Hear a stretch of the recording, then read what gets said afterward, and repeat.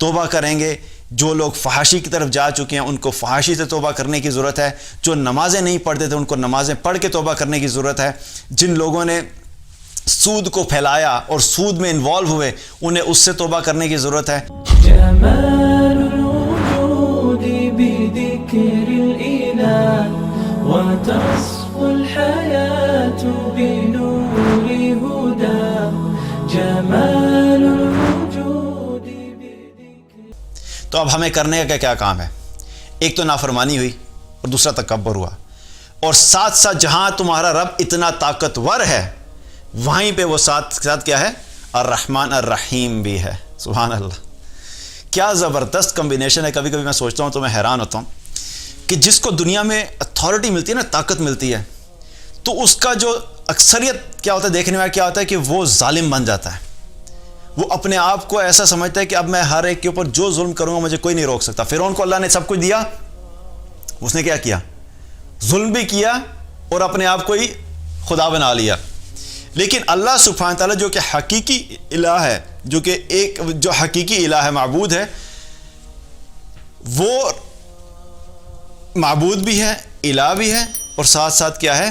الرحمن الرحیم بھی ہے۔ جتنا وہ طاقتور ہے اتنا ہی وہ رحمان الرحیم ہے۔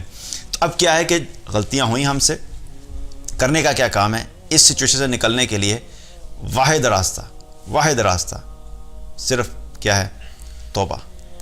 اس اللہ کی بڑائی کو ماننا، اس اللہ کی قدرت کو ماننا، اس اللہ کی عظمت کو ماننا، اس اللہ کی طاقت کو ماننا، یہ اس کے علاوہ اب ہمارے پاس اور کوئی راستہ نہیں ہے۔ اور نہ صرف ماننا بلکہ اس کے سامنے توبہ کرنا، گڑ گڑانا، رونا، اپنی عاجزی کا اظہار کرنا، اپنی غلطیوں کو ایکسیپٹ کرنا کہ یا اللہ واقعی ہم سے بڑی غلطی ہوئی، یا اللہ ہم سمجھتے تھے کہ ہم بڑے چیمپئن ہیں، ہم بہت بڑے جو ہیں وہ ہم ایک اسٹرانگ اکانومی بن چکی ہیں، ہم ہر چیز پہ قابو رکھتے ہیں۔ نہیں یا اللہ ہمارے کنٹرول میں کچھ بھی نہیں ہے، سب کچھ تیرے کنٹرول میں ہے۔ توبہ کریں گے۔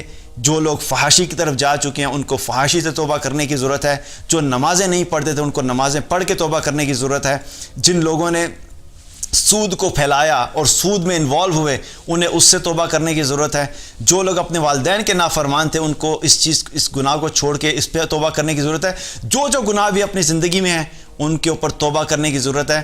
جب ہم توبہ کریں گے تو اللہ کو راضی کریں گے۔ جب اللہ راضی ہوگا تو اللہ سبحانہ تعالیٰ کی رضا کی وجہ سے حالات تبدیل ہوں گے۔ اللہ سبحانہ تعالیٰ نے قرآن میں کیا فرمایا؟ وَلَوْ أَنَّ أَهْلَ الْقُرَىٰ آمَنُوا وَاتَّقَوْا لَفَتَحْنَا عَلَيْهِمْ بَرَكَاتٍ مِّنَ السَّمَاءِ وَالْأَرْضِ۔ اگر یہ بستی والے تقوی اختیار کرتے اور ایمان لے آتے تو ہم ان کے لیے آسمان اور زمین سے برکتوں کے دروازوں کو کھول دیتے۔ اس وقت اگر ہمیں برکتوں کے دروازے دوبارہ کھلوانے ہیں، ہمیں اپنی اکانومیز کو دوبارہ بہتر کرنا ہے، ہمیں اپنی ٹیکنالوجی کے اندر دوبارہ سے نارملائز ہونا ہے، تو اس کا واحد راستہ یہ ہے کہ ہم اللہ کے سامنے توبہ کریں، تقوی اختیار کریں، اللہ کی فرما برداری کریں، اللہ کی نافرمانی چھوڑیں اور ایمان والے بن جائیں۔ جتنا جلدی ہم یہ کریں گے اتنا جلدی ان حالات سے ہم نکلیں گے، اور جتنا زیادہ ہم کریں گے اتنا زیادہ اللہ کی طرف سے رحمتیں اور برکتیں آئیں گی۔ اگر ابھی بھی نہیں کرتے تو پھر یاد رکھیے کہ پھر حالات مزید ورسٹ ہی ہوں گے، امپروو نہیں ہوں گے۔ تو ہمیں کیا کرنا ہے کہ اللہ کی بارگاہ میں توبہ کرنی ہے، اور توبہ کرنے کے لیے کیا ہے کہ 2 رکعت نماز نفل توبہ کے، کہ یا اللہ مجھ سے آج تک جو بھی گناہ ہوئے میں اس کے لیے توبہ کرتا ہوں۔ اور وہ نفل پڑھنے کے بعد کیا ہے کہ اس گناہ کے اوپر توبہ کر، جس گناہ کے بارے میں بھی آپ توبہ کرنا چاہ رہے ہیں اس کی شرائط کیا ہے کہ سب سے پہلے اپنے دل میں اس گناہ کی ندامت ہو کہ واقعی مجھ سے یہ غلطی ہوئی۔